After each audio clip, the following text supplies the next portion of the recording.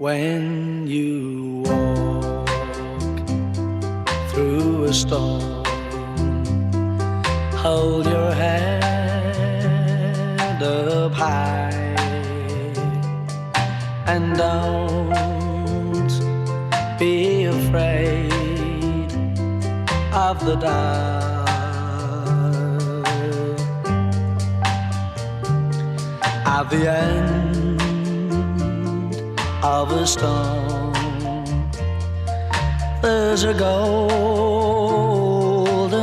sky and the sweet silver song of love.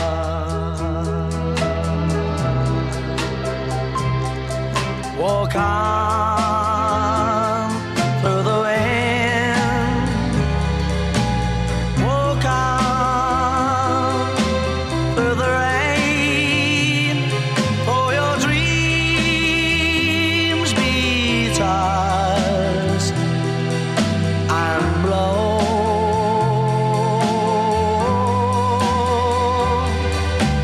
Walk on with hope in your heart, and you'll never walk alone. You'll never walk alone. Our hearts are heavy. Our loss has been great. Our lives have been permanently changed. But with a shared commitment to help each other and a promise to remember those we have lost, we will learn to find joy once again. With hope in your heart, and you'll never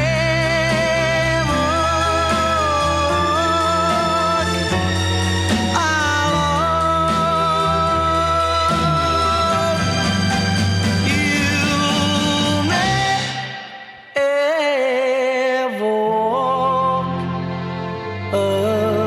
alone. So let me close with the challenge. Let's all do a better job taking care of one another.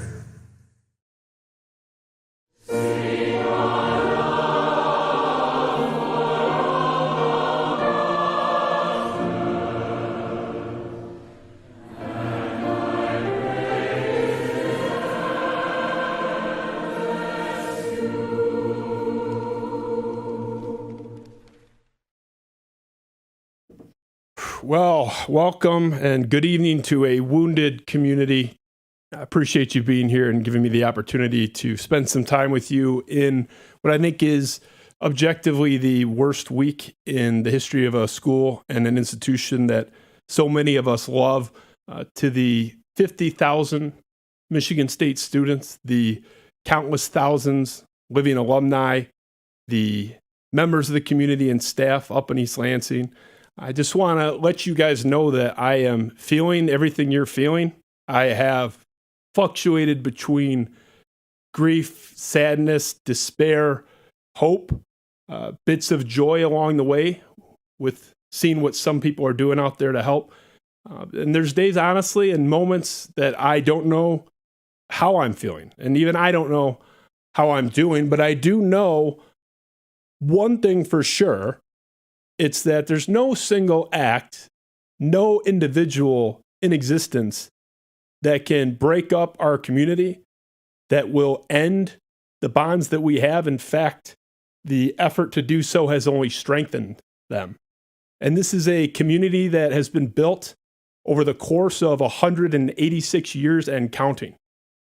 And it will not be rattled or shaken by anyone or anything. And if you had any doubt of that before, I think that is certainly gone now with what we've seen the past 5-6 days.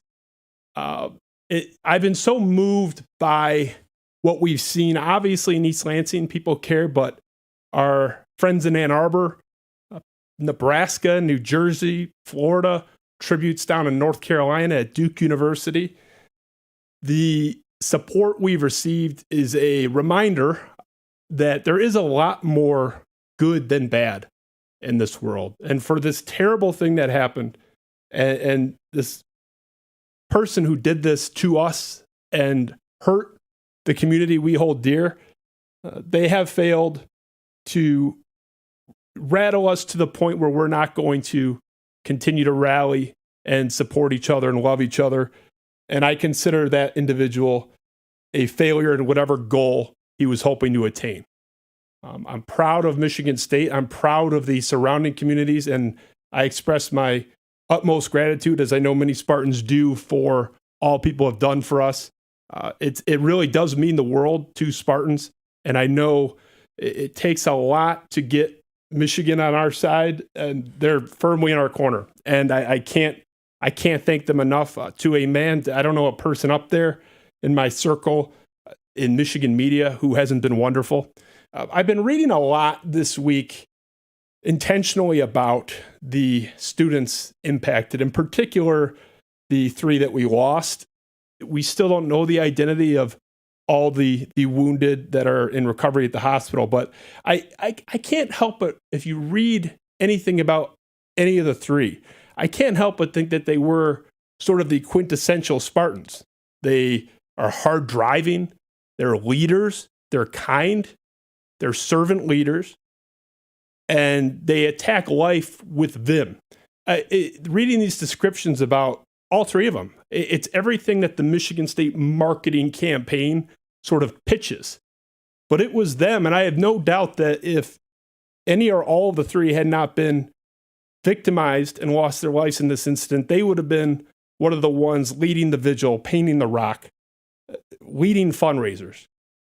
And that is part of why this loss stings so much. You have, go right down the line, Ariel Anderson, who she dreamt of being a pediatric surgeon. I don't know if you can get more righteous than that. It's just the most wonderful thing you could possibly aspire to be, I would argue, saving babies and children.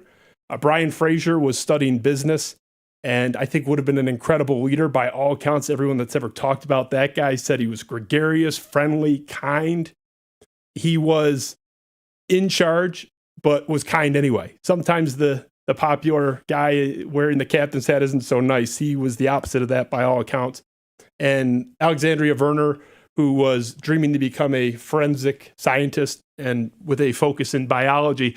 It's these people and all their accounts around them are illustrating why I think this hurts, because obviously any loss of innocent life is bad, but these people, I think we see ourselves in so many ways.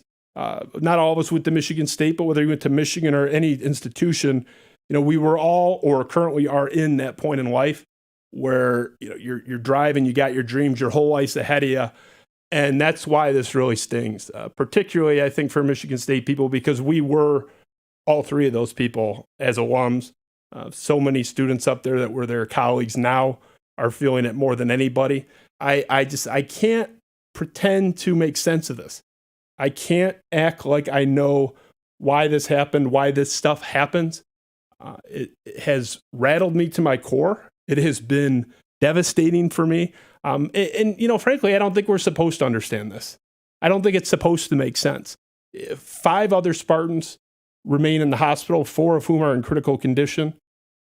It's devastating. And we're feeling it. And we are feeling it as a community. And I know we are going to continue to rally. I want to say, for the record, I am extremely grateful for all of you guys. And I know some of you watch this show, and thank you for that. All of you in law enforcement up there and first responders, where we were all listening to the same scanner that you guys were. And anytime there's a call in that there's shots fired in this building, your first reaction was go right into the gunfire and protect the students and the staff and the faculty up there.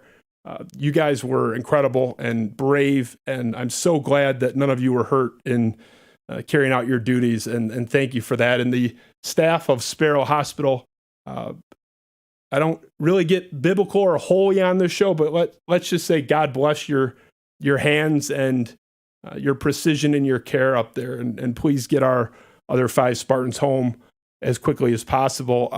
It's going to be a tough period. This is not going to be something we ever fully get over. I do think it gets better, and that day will come where we start to move on and move forward. But I don't think we're there yet.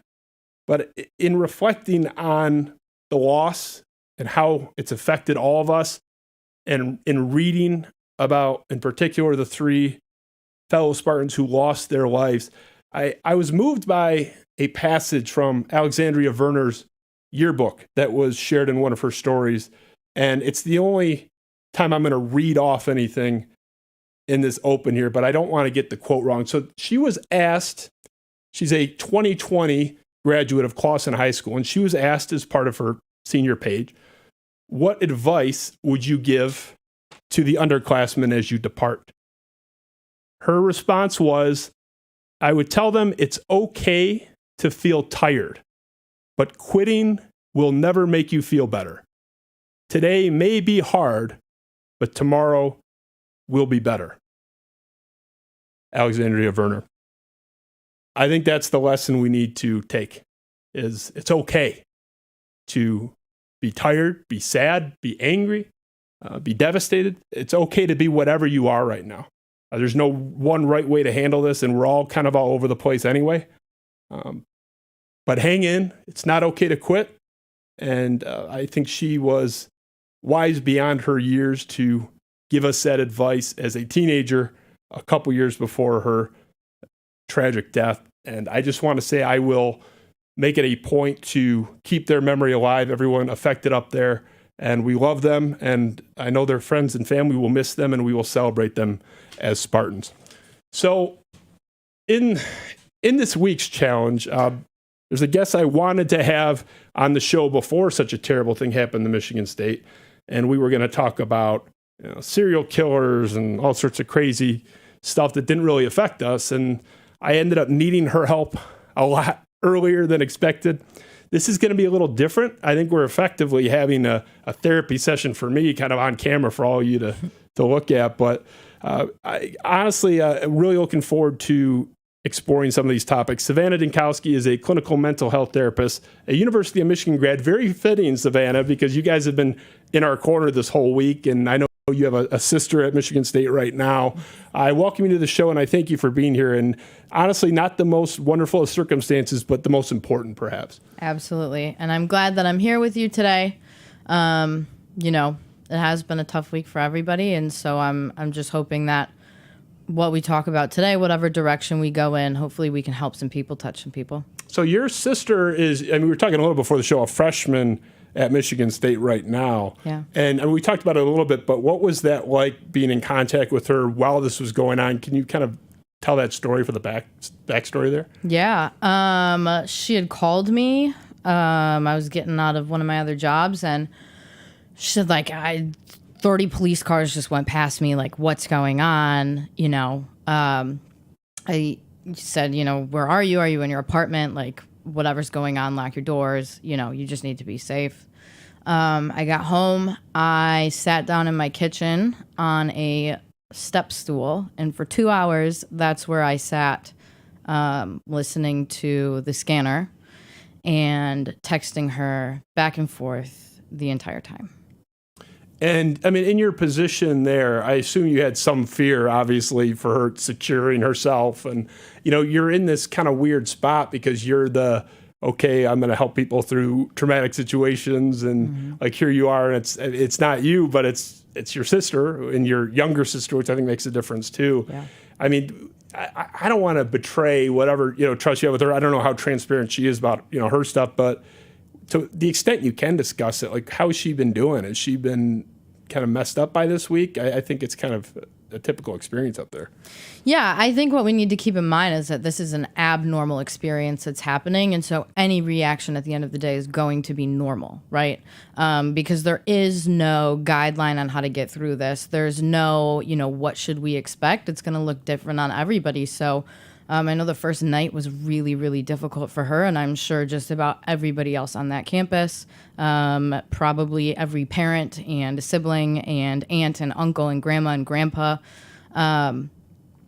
And I think as the days have gone on, I think that she's, recognizing and learning how to move through something like this as best as she can. But I think it's kind of a collective moving through with support of friends and family and, going to some of these community events. I think that's kind of helping, bring some peace and some sense of just a sense of belonging and a sense of community in something that could have, torn us apart. And like you said in your intro, right, absolutely did not do that.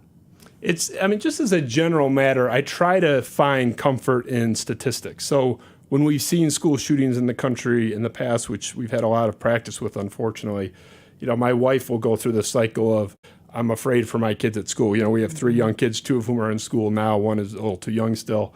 And I always, say, okay, you're more likely to die on the way driving to school by a factor of about 100. I'm always, obviously the situation is tragic, but as far as like managing anxiety, I always defaulted to that. And, more in the people that lost, but take comfort in the statistics. Same thing with people who have issues flying an airplane. You're much more likely to die on drive to the airport. And that kind of went out the window when I'm sitting like you were and so many listening to a scanner and I'm hearing, Berkey Hall, Acres, Shaw, all these places where I grew up as a man, I would say, and these places are really close to home. So why do you think we process it so differently where even if I can objectively say the chances of being a victim in this are really small, but we're as profoundly affected as anything? How is that disconnect explained, like sort of from the clinical perspective? Yeah, I think a lot of people are asking these questions, especially in terms of saying that people feel guilt, right, for feeling so awful about this when they were, hundreds of miles away from this, right? I've talked to students at Michigan State who have said I wasn't in the dorms, so I shouldn't be as affected, or I don't have as big of a personal connection to this, but, I'm still feeling really affected, right?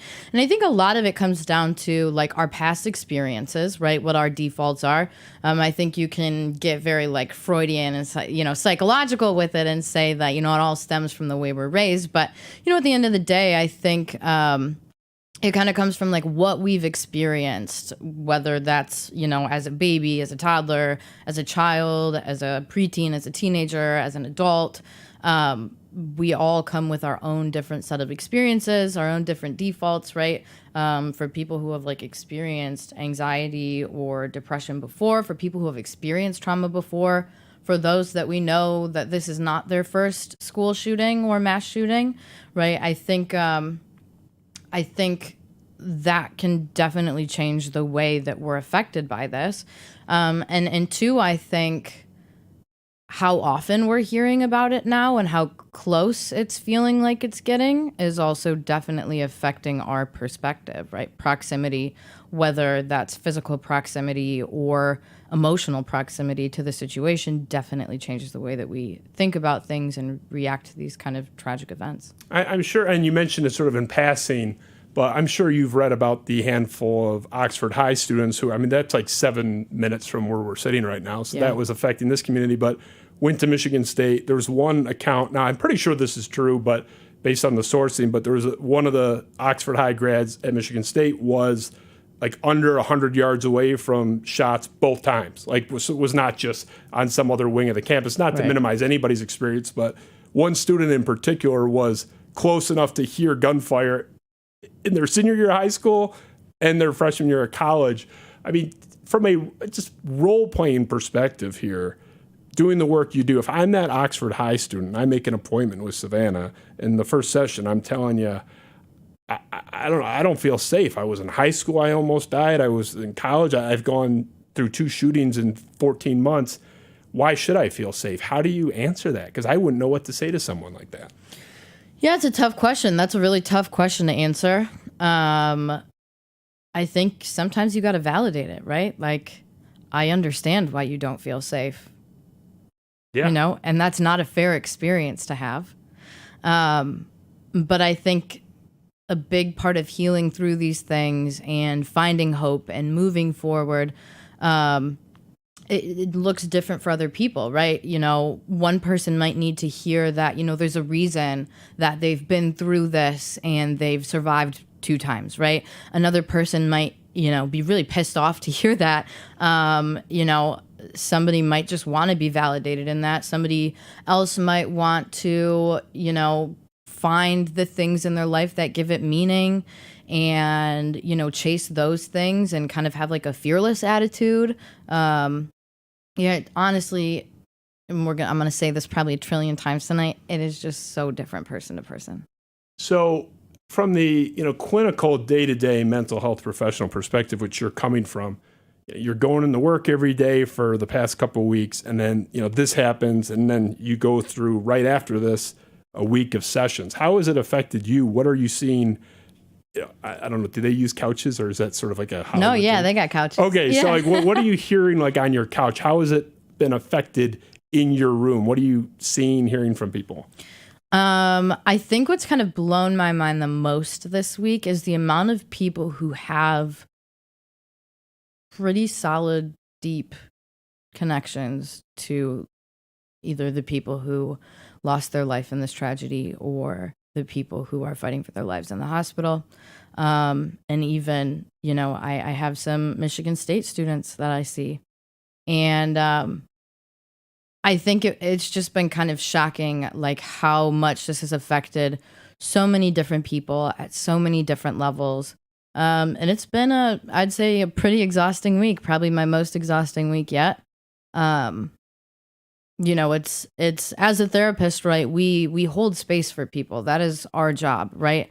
And it's been really difficult this week at the end of the night to have space for myself, if that makes sense. I was preparing for tonight and going over, with Ben with that intro that we made, and I was upset all week. I was a mess. I said I cried 4 times in my life before this week, and the numbers been about by a factor of 7 or 8 increase. But I got a text from a buddy of mine who lives out of state, but I grew up with him.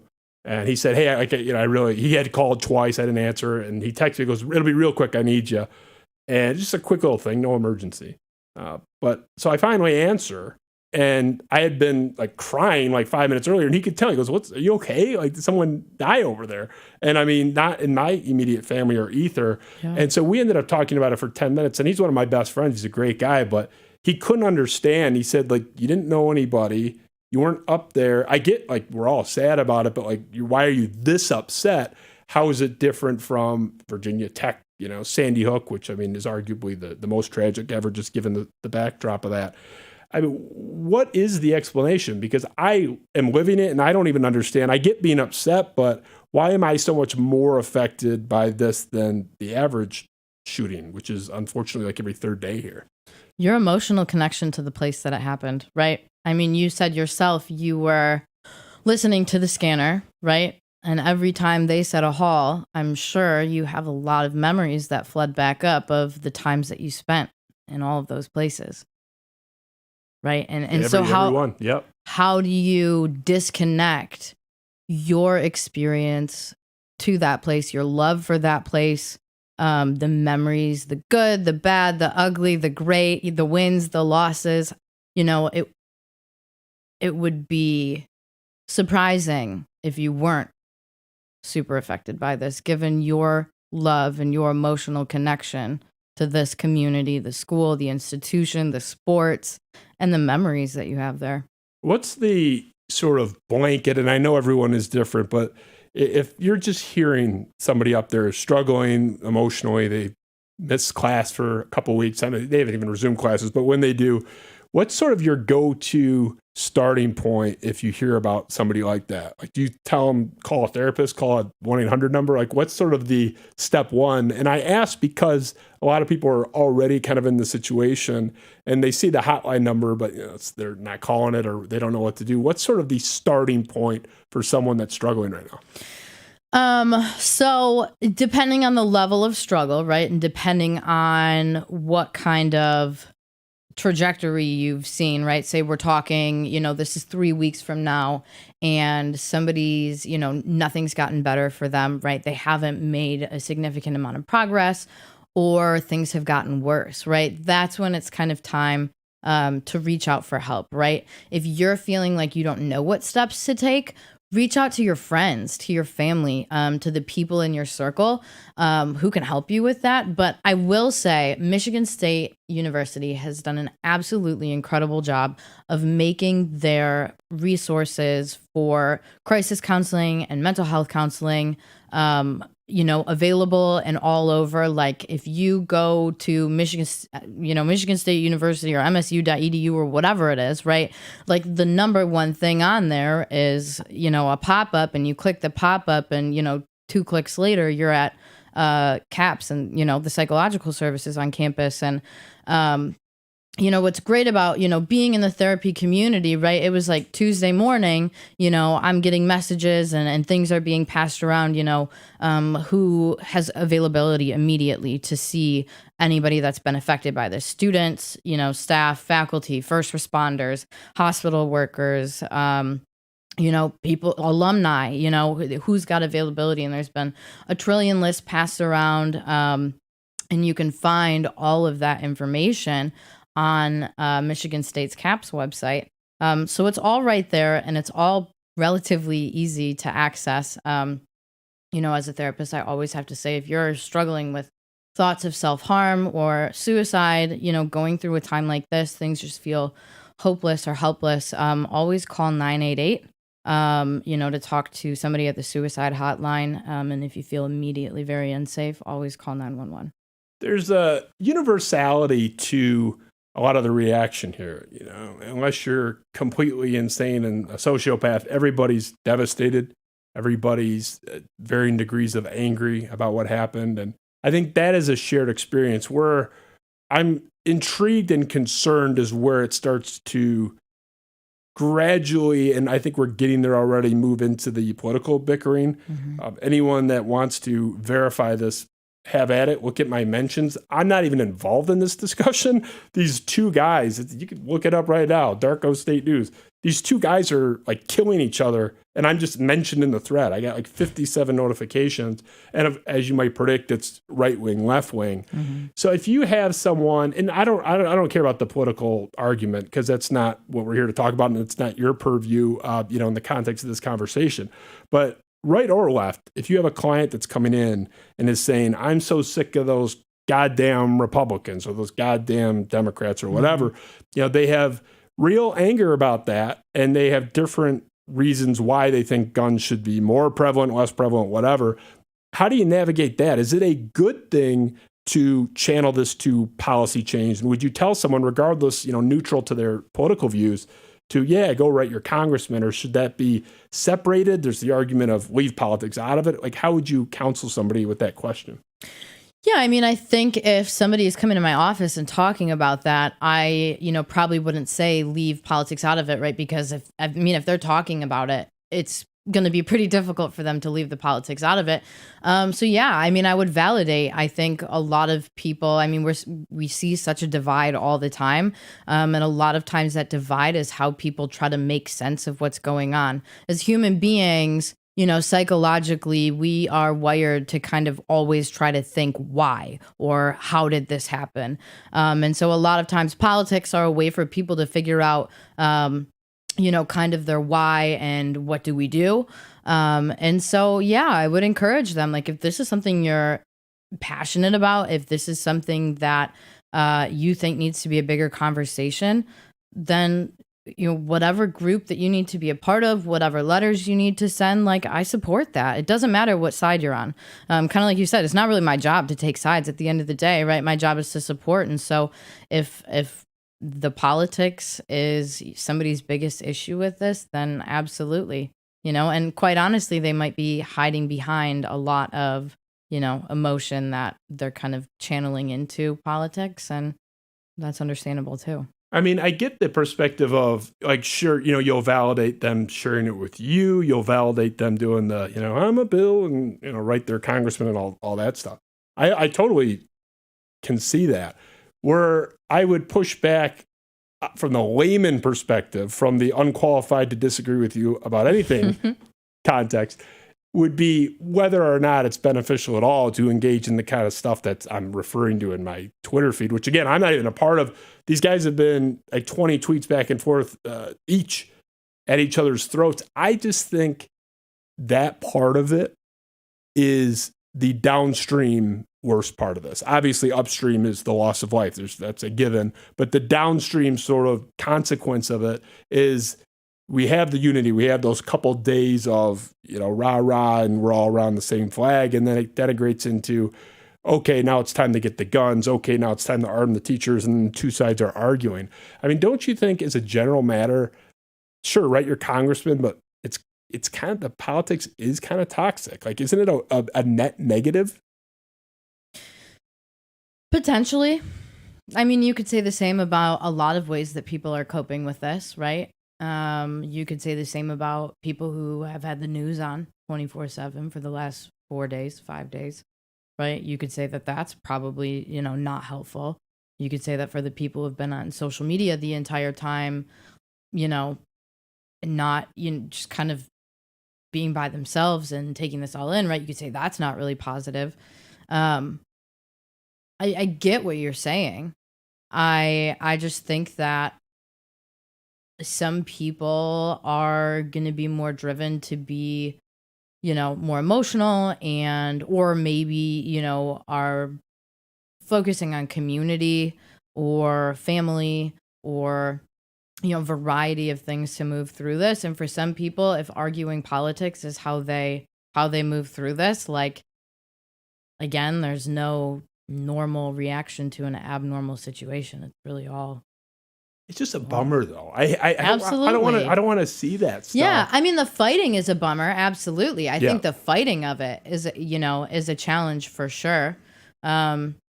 I'm not talking about cordial, hey, I think this might be a good idea. What do you think conversations? Yeah, I'm right. all on board for that. I'm not saying. You've seen some of those? No, haven't but seen I those. mean, no. But I like the idea of unicorns too. I mean, Yeah. it's they look cool in the books I read to my 6-year-old.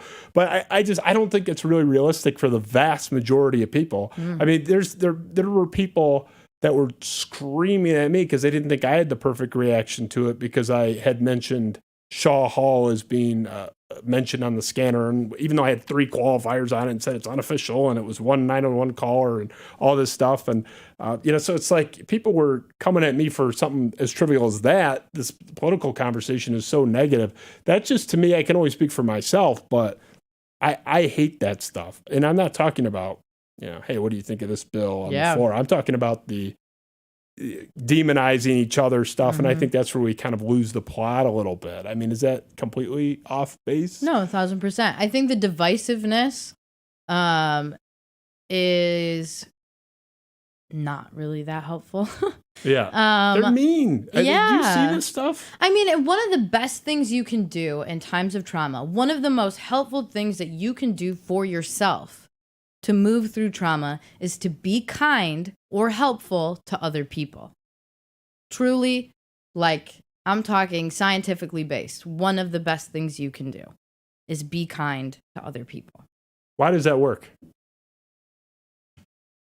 You just feel better about yourself? Is that so? You feel a part of something, right? It's kind of the same reason why, like, being around friends is helpful or being a part of a community, right? But when you're kind to people and when you're helpful to people, even when you're checking in on people, right? Like, that's progress, that's growth, that's, moving forward. I guess I don't have the exact science behind why it's so helpful, but I can tell you it is very helpful. So I should tell those 2 guys. I'll pull it up. It'll be the first time I tweet in the middle of my show. I'm going to pull up and tell them, like, listen, because they both, at least one of them follows me because that's how they're stumbling into my mentions. But yeah, it's, I'm seeing 57 notifications, and I thought maybe some prediction I made about some baseball player 3 years ago came true, and people are, congratulating me, or the reverse, it was wrong and everyone's yelling at me. I would take that over this stuff. It's just, I especially in the context of what we're going through, like, I've been up and down all week, preparing for tonight and just with the general matter of what's going on up there. And I don't know. I'm an anti, like, I'm pro, like, don't talk politics and religion at dinner guy. Like, that's a cliche. Yeah. I just don't think people are really equipped to handle it in a responsible way. How do you compartmentalize? Because, I mean, you mentioned that you are not really a crier, but you were affected this week. Like, how do you go into work and help people when you're dealing with your own stuff? Are you able to turn it off and on pretty well? I would say that whether it's a gift or a talent or something, I always say that I am like so eternally blessed. That I love my job. I absolutely love my job. I could be feeling sick. I could be in a bad mood. And when I go to work and I get to spend time with my clients and talk to people, even if it's the worst circumstances, right? In the moment, because nothing's about me, right? It kind of is easy to turn off because it's not really about me, right? My job, and what I love to do, right, is support people, help people, listen to people. That's been a big thing this week, is a lot of listening, a lot of supporting, a lot of talking about, what is grief, what is trauma, how do I move through this? How do I deal with this? Why am I feeling this way? And so, yeah, it's been harder this week than I think it's been, just because of, how much connection there's been to this. I'm sure my personal connection, with my sister probably plays a role. So yeah, I definitely turn that off when I go in the room, but it doesn't mean that when I come out at the end of the night, I'm not exhausted and kind of beat. I know everyone is different. It's case by case basis, but if you're operating from the institutional perspective, let's say Savannah's the president of Michigan State University, which would be an incredible privilege. You'd get to go green again and get rid of the maize and blue.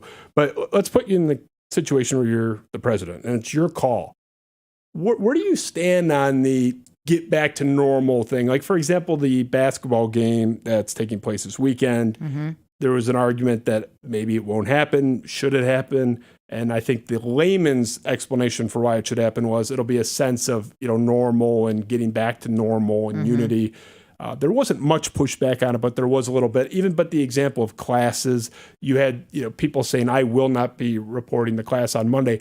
I get supporting an individual, but on a wide scale, if you have to make the call, how would you handle that? Are you, from the clinical perspective, are people better off as a general matter getting back to their routine classes, whatever, earlier? Are they better off staying away? I mean, what's sort of the general rule if you had to make a blanket ruling for the university?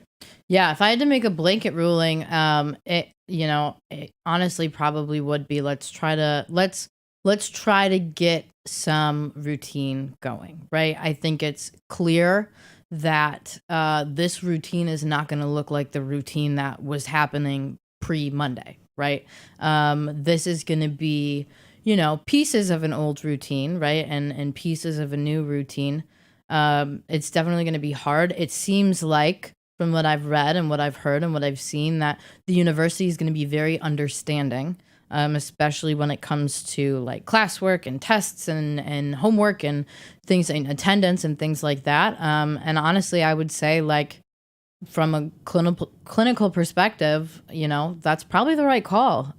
It gives people because there are people who want to get back, not because they think that they're above it, right? But, kind of just want to get back to a sense of normalcy, a sense of that routine, a sense of, feeling okay, a sense of moving forward. And then, of course, there's going to be people where that's a lot harder. I think there should be a lot of grace given as this semester goes on. But I think having the option to come back and kind of opening that up to students, nobody's saying we're going to have a great first week back, right? I don't think that's a consensus. I think the consensus is we're going to have a week back. Right. And I think that's kind of important to recognize, is that, like, it probably won't be a great week for a lot of people. It's probably going to be a very difficult week for a lot of people, but it is going to be a week of progress and growth. And I don't know. I mean, you haven't asked me about grief, so I'm going to go into grief. I don't know if you're going to ask me about it or not, but There's like an image that kind of explains the process of grief really well. And it's kind of this like ball in like a mason jar, right? And some people might, if the ball is grief, right? Some people might think that ball like gets smaller and smaller over time, right? You kind of move on, you move forward, you get through things, you have new experiences, you experience joy and hopefulness again. Some of the memories start to fade a little bit. But that's not at all what happens, right? The grief doesn't get any smaller, right? What happens is the jar gets bigger.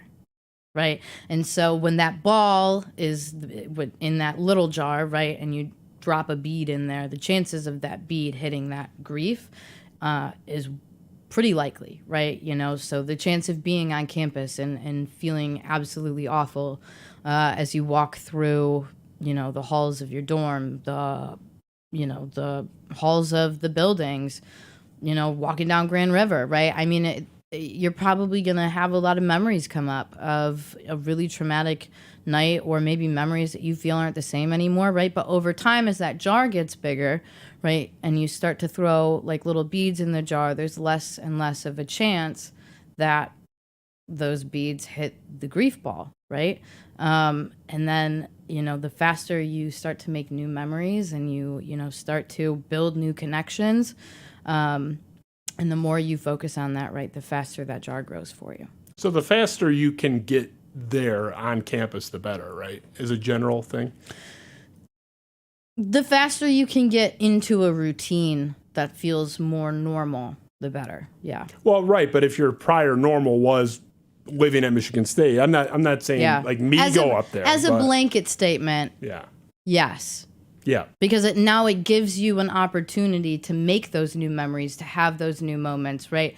And to kind of like, if you're not going up there, right, you may be kind of prolonging that process, and some people might need that. Some people might drop the semester, and that's normal, right? And some people might go back a week late, and that's normal. And some people might, be ready to get back already, and that's normal too. But, like once you get on campus, you're going to be able to start processing some of those like immediate little beads that hit that grief trauma ball, right? And start growing, sooner.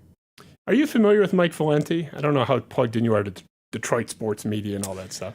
Familiar. I used to listen to him in the car, in my dad's car and in my garage growing up. Okay. So you know of him. Yeah. He came out this week and I had a guess on how he was going to handle it, and I think I was pretty spot on. Mm-hmm. But there was a perception that he was going to hit the airways at 2:00 the next day and sort of be the voice of Michigan State, which he tends to be after a football loss or something crazy happens with the basketball program. Mm-hmm. His response, coming out to this situation was, look, I'm not doing a whole show on it. We got football to talk about. It's going to keep happening. This whole conversation's a waste of time. The gun grabbers are going to be against it's the whole political argument. So his general take was, I'm not doing it. I'm going to talk about it for 15 minutes. It's tragic. I thought he was sort of cavalier in dismissing that. Is that something that you see as problematic? I mean, not even specifically him, but he's not alone. There are a lot of people that are like, whatever, like, here we go again. Why is that not okay? Or is it okay to just say, fuck it, I don't care. Like, it's going to keep happening. Why should I give a shit? Yeah, I think that's a very difficult example, right? Because he is a part of the media, right? Like the, Metro Detroit media has been a part of the media, And I think a lot of people are recognizing that, like, extended media coverage, right, while a good thing, right, because it's a source of information, it's a source of knowledge. Like I said earlier, like as humans, we want to know why and how and what. But overexposure in the media can be really, really harmful for people who are trying to, move forward from it. Maybe that's the angle he was coming from. Maybe he was like, I don't want to add to everybody else's suffering because I've heard about it all week and I don't want to be another person that's talking about it, right? I mean, that could totally be where he's coming from. He might also really be struggling with it and not really know, like, how to talk about it, what direction to go. I also think, especially when things go into the politics and that side of things, people are scared to talk about like difficult things sometimes too, right? Scared of getting canceled, scared of saying the wrong thing, scared of offending people. And sometimes not saying something is just as offensive as saying something wrong, right? But at least then maybe you kind of have the out where you say like, I didn't say anything though, right? So I mean, there's a million reasons why he might have done it like that. But yeah, I mean, it's normal. Were you a little bit surprised? I mean, you got a big heart. Your job is to have a big heart and be compassionate. But were you a little surprised by your university and to the extent that they stepped up and were supportive? Obviously, everyone knew they would do the performative, tweet thing that everybody does. Anybody saw that coming. I have been, perhaps in my jaded nature, really impressed by Michigan. I mean, they've, in my estimation, gone above and beyond. They did more than they really needed to. I think they could have done a quarter of what they've done and would have satisfied whatever social requirement there may be. Right. I mean, what's your take on that? Have you been surprised, impressed? What's your take on Michigan's reaction to this? I mean, I would be a really bad U of M grad if I said I was surprised. I'm a little surprised, and that's not meant to be an insult. It's like, I'm surprised if anybody hits a home run anymore with stuff. I mean, it's not even a jab at Michigan per se. Again, I would expect sort of the baseline level, but the Maze Rage, the student section with the basketball team, they were having like extensive meetings. A little bit of this was public, but I heard from a current student there that I know through his older brother, but they were having extensive meetings and conversations. They really cared. Like they actually like, what's the best way to do this where we're not, disrespecting our own team because it's still our school and they don't want to show up their own guys, but they spent hours this week back and forth and really thoughtfully where they could have just said, let's wear a ribbon and, call it good, tweet about it and do the performative stuff. Some people use virtue signaling as a term, which is overused, but I was impressed. And I know I'm not the only one. It's like, holy shit, they're having intense meetings of the minds about with their greatest 6 Maze Ragers up there and having this measured take on what color shirt to wear and stuff. I was impressed by the extent that they were diving into this. Yeah, I mean, why do rivalries exist, right? Because people care. Right. And so if people can care so deeply and so heavily one way, right, they can care so deeply and so heavily the other way. It's kind of like the yin and the yang of it. Right. I mean, if these rivalries didn't, come from a place of caring and emotion and, camaraderie and all of that. Right. Then like they wouldn't really be rivalries. They wouldn't really be entertaining. They wouldn't be anything. And so I think, we're rivals because we care, right? And we're rivals because we're so close, right? It's almost like a sibling rivalry. Like you're kind of like, I can pick on my little brother, but you can't pick on my little brother, and maybe not when it comes to sports, yeah. But I think it's because at the end of the day, we care. Yeah, I mean, even in-house, I complain about Tom Izzo in the transfer portal all the time, but if a Michigan fan says anything about him, it's like, hey. Yeah, watch it. Yeah, you better watch it. Yeah. So it's like the context of criticism is completely changed, and the reaction to it. I don't know. I have been impressed in the most wonderful way. And again, I think they could have done a lot less and still said, you guys did the right thing. So, yeah. I didn't think they had to go to the extent that they did. I'm curious from the clinical, smarter than me perspective. There is a discussion going on right now, and there's mention of the juxtaposition between these two schools where October was the low point in the history of the rivalry. You have the incident in the tunnel. Mm-hmm. You guys were obviously understandably upset about that. We were very upset about the fallout, and we thought it was overkill. And so I would argue that was the low point in the history of that rivalry. And we go to, certainly, I wouldn't call this the high point. It couldn't have a more sad sort of origin, but from a relations and friendliness perspective, it's the high point. What is your take? Do you think this has any lasting effect? Because there is a little bit of the 9/11, we're all Americans for, like 2 weeks, 3 weeks, a month maybe, and then we all hate each other again, right, from the political stuff. I know it's not going to be this hunky-dory. We're not going to cheer for each other. No, I know this is the high point, but do you think we're a little bit healed from where we were in October, big picture. Absolutely. Big picture, 1,000%. Yeah. And when you were talking, I was kind of thinking about too, when you went to Michigan State, right? Did you have friends that went to U of M? Yeah. Best man at my wedding. Yeah. Right. And so it's kind of when something like this happens, right? And kind of like you said, it's kind of awful that we come together in kind of the worst time ever. That tends to be when it happens. But, like it's relational, it's personal, right? Like I know I spent, even though I'm a U of M grad, right? I spent weekends up at Michigan State with my friends that I went to high school with, right? And like tailgated and hung out and had fun. And, I have super fond memories. And, I was a Michigan State fan before I went to U of M. I know you were. You changed, though. I did. You can't go to U of M and not be a big fan. But Doug Carson is the thing in reverse at Michigan State, but there's plenty of Michigan State people that bleed Mason Blue, but I digress. sorry, go ahead. No, so I think like people know people there, right? People, even if you're, a Michigan fan, you've been to, some people have been to Michigan State, whether it's to have fun and build relationships and make memories or tailgate. And even if it's not the outcome of the sporting event that you wanted or whatever, but like there's still connection there. There's still, my sister got texts from her friends that went to every other state or every other college in the state, including U of M, right? Because it gets personal, right? We lost 3 people on Monday. That's personal. There are 5 people fighting for their lives in the hospital right now. That's personal. It goes above and beyond any rivalry, any joke, any ha, hate you too, right? Like this is personal. To the extent that trauma's in play here, I've read a few student accounts and they've mentioned somebody drops a book and they think there's guns being fired days later. Mm-hmm. Again, I know it's case by case, but what's sort of the general rule of thumb where I can hear a textbook drop and I'm not going to think that I'm being shot at? Like, what's their recovery period like as a general estimate? Hey, in 6 months, you'll be close to normal. 6 weeks, 6 years. What's sort of the timeline there?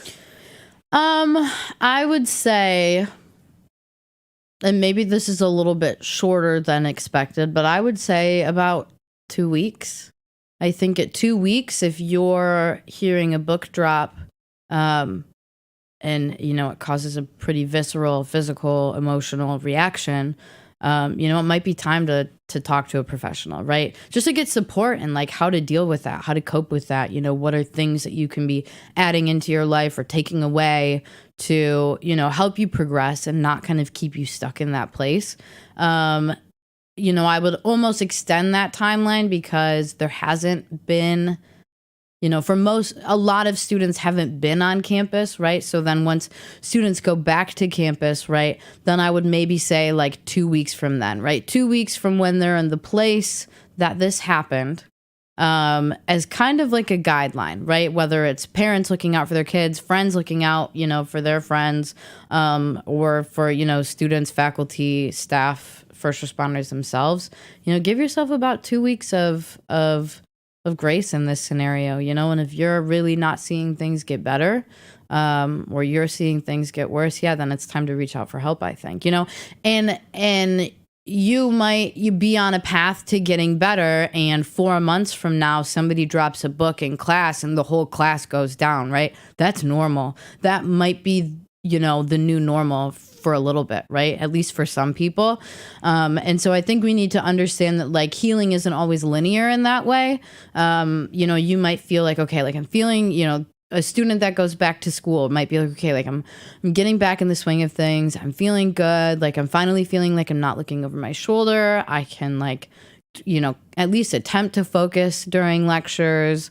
I'm getting some of my homework done. I'm sleeping better. I'm eating better. I'm back in the gym working out, et cetera, right? But then, something sets it off, right? They hear a siren or like you said, the book drops, right?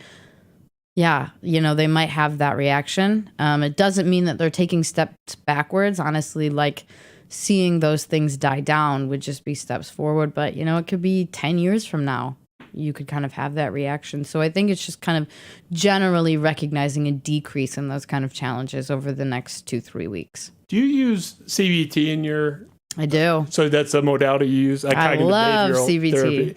Most smart therapists do, because I think it has the most muster from the science and data. Makes the most sense. Yeah. Well, intuitively it does, but I'm pretty sure the data in terms of clinical outcomes are the most favorable from my understanding. And having talked to another therapist on this show before, which not such a sad context, of course, but here's what I don't understand. I get CBT as sort of a reframing, and this is the layman talking here, but it's reframing, like, oh, that guy disrespected me, and then you ask the therapist, it's like, how do you know? Like, could you be misinterpreting it? And you kind of do that. Is that like a fair layman kind of painting of that? Yeah.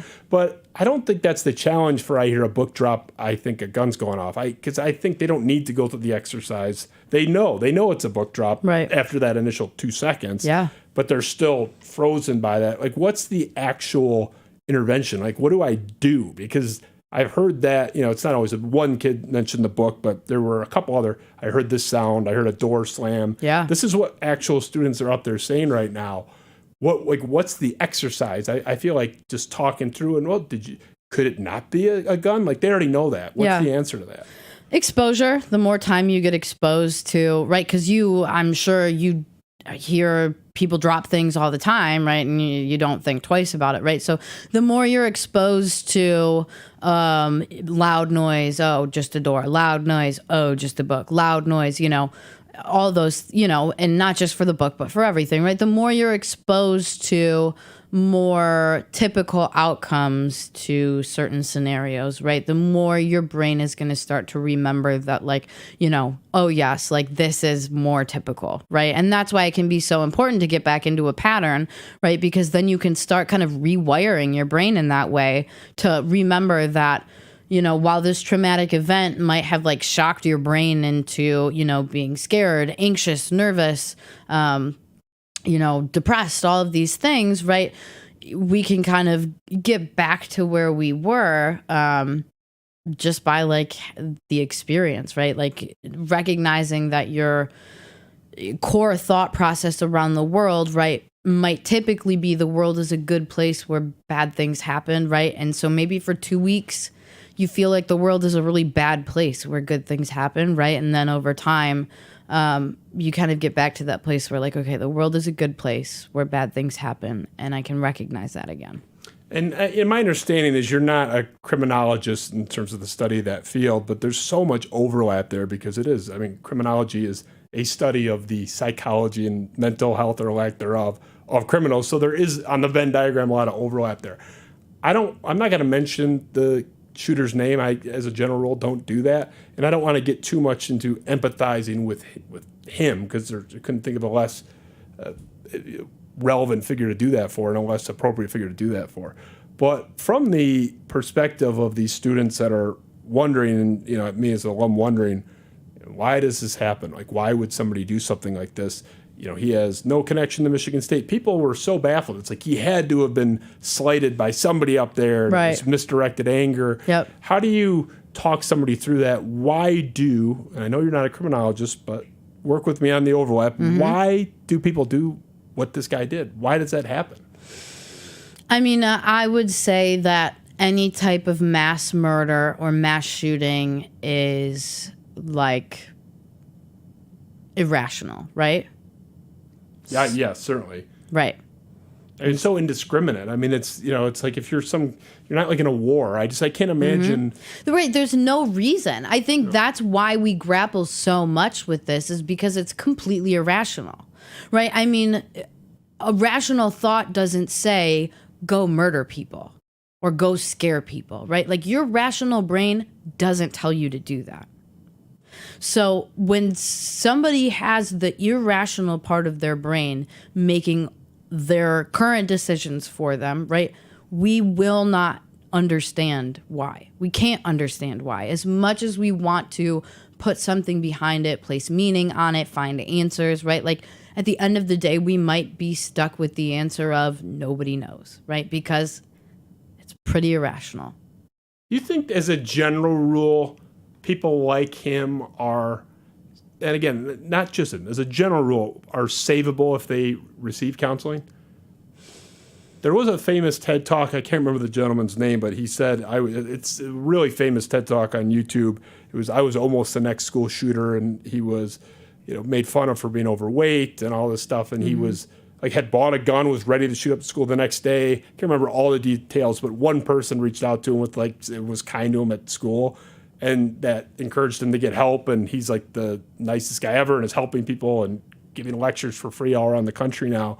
Is there saving and averting this stuff from a mental health perspective, not just more guns at the door, guards at the door, things like that? Is as a general matter, is this preventable? Is it preventable from your seat? Could you prevent stuff like this? Not all of them, but some of them, if these people ended up in your chair.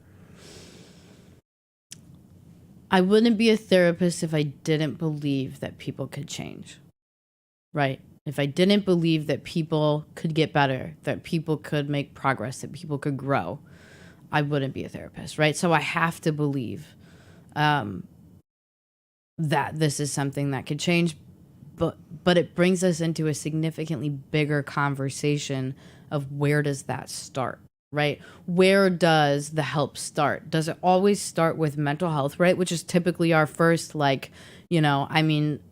Tuesday morning I woke up to gun laws and mental health, right? And I'm like, oh gosh, okay, that's a big task to put, to kind of expect of people in the mental health community, right?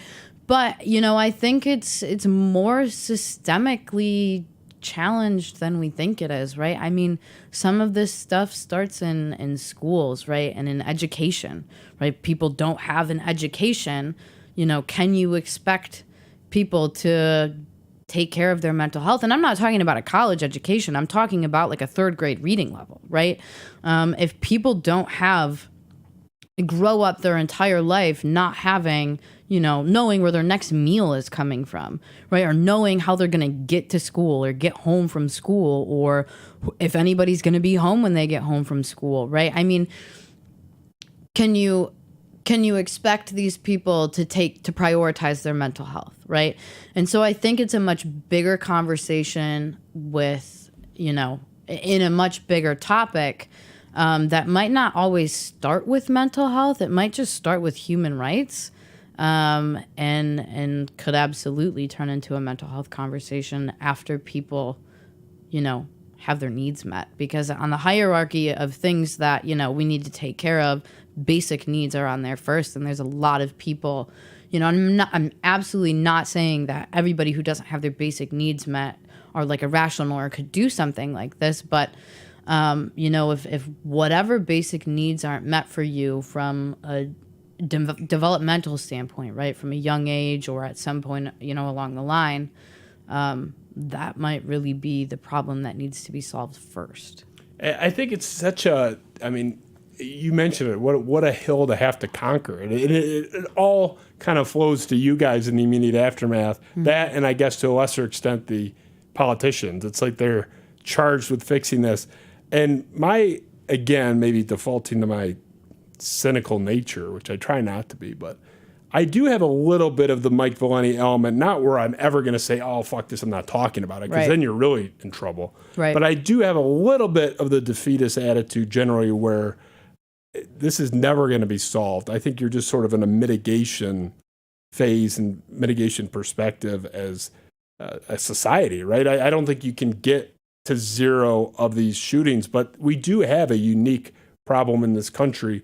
And whatever you think the reason is, it's an objective fact that we have that unique problem. And I don't know what to say to people that are despairing up there. I mean, I'm right there with them, but I'm not, in it from a physical perspective. But I think they have a challenging time ahead. But I do honestly believe, and it's not goo goo gaga rah rah Michigan State stuff, I really believe in the community up there. Yeah. And the benefit of that, and what we've seen with people.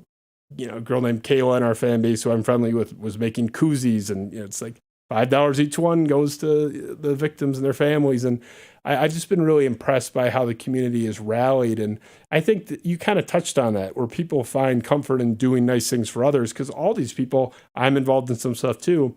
It's you're finding comfort in doing nice stuff, even though I feel like I want someone not a fundraiser, but I want someone to just give me a hug sometimes. Right. But I feel like me giving someone else a hug kind of accomplishes the same thing. So you kind of nailed it. Yeah, absolutely.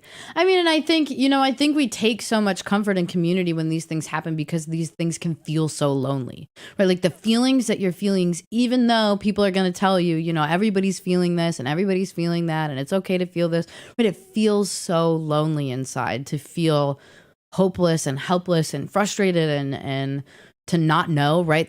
That continued, thread of like not knowing, right? It can really feel isolating and lonely. And so when you can get surrounded by people, just to have, people around, right? Like more than 3 people, right, can really make a huge difference, right? Can kind of give you that same effect of like helping people. And if you're, doing both, that's incredible. For anybody who buys a koozie or a pin or whatever, right? Like that's also helping too. Like that's also being a part of the community.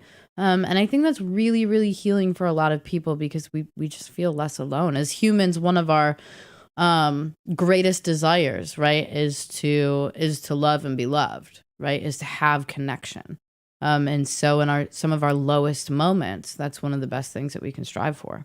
Yeah, and it is one of those situations where I've never felt like there was a lower point for the university. I think it was the low point in the almost 200-year history of that institution. I mean, you're talking about a university that's been around for 186 years.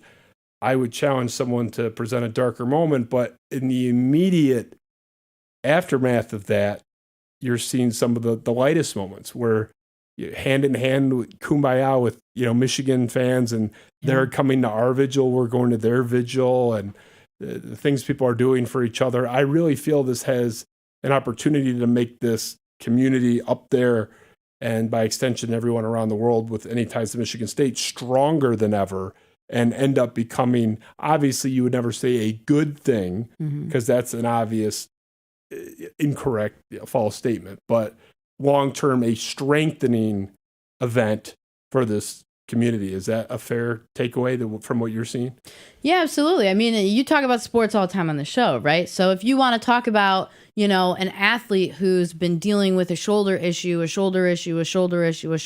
maybe it's just been lingering, whatever, right? And then, either something really bad happens, right? Like, really bad injury, right? Or just over time it gets worse. In this scenario, we'll say an awful injury, right? And now, say it's a baseball player, right? Now they need Tommy John, right? My guess is they're going to come back post-surgery a hell of a lot stronger than they were when they went into surgery, right? And maybe even stronger than they were, in the 6 months, year, 3 years leading up to a surgery, right?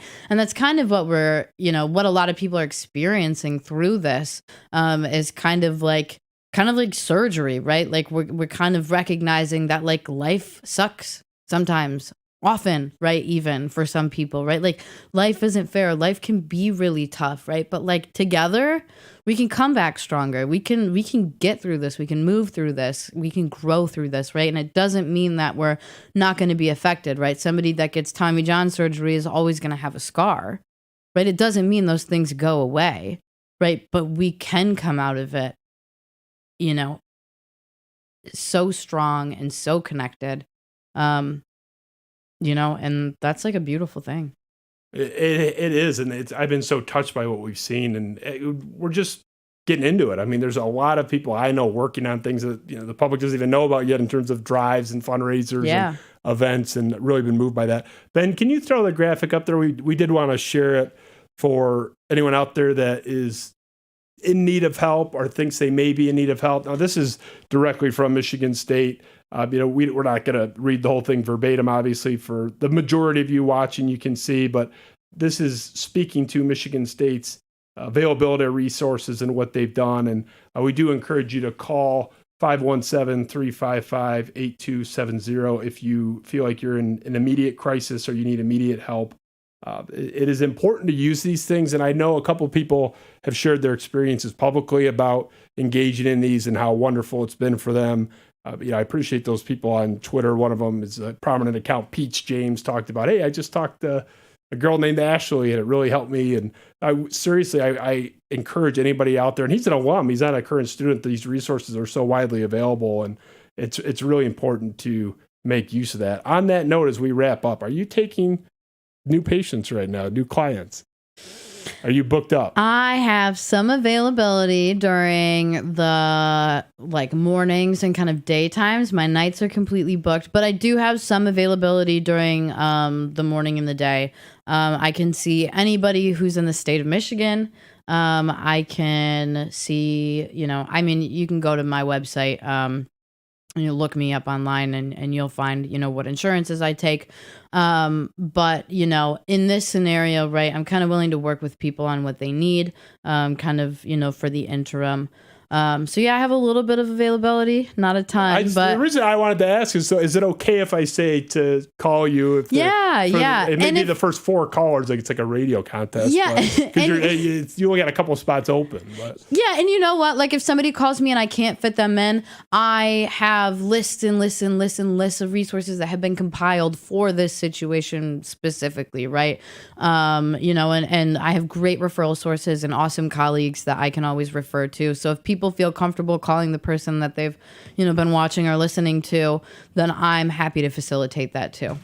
Thank you so much. I really appreciate your time. And I know we've talked about it, how crazy your week has been and, the expectations on you. And I think it's just great what your alma mater, Michigan, is doing. And, thank you on behalf of Spartans. I'll throw it to, all the Michigan people. You'll be the proxy for that. And you in your role and everyone in your ilk, in your coterie of mental health professionals are so important now. And thank God that you guys are here and doing what you're doing.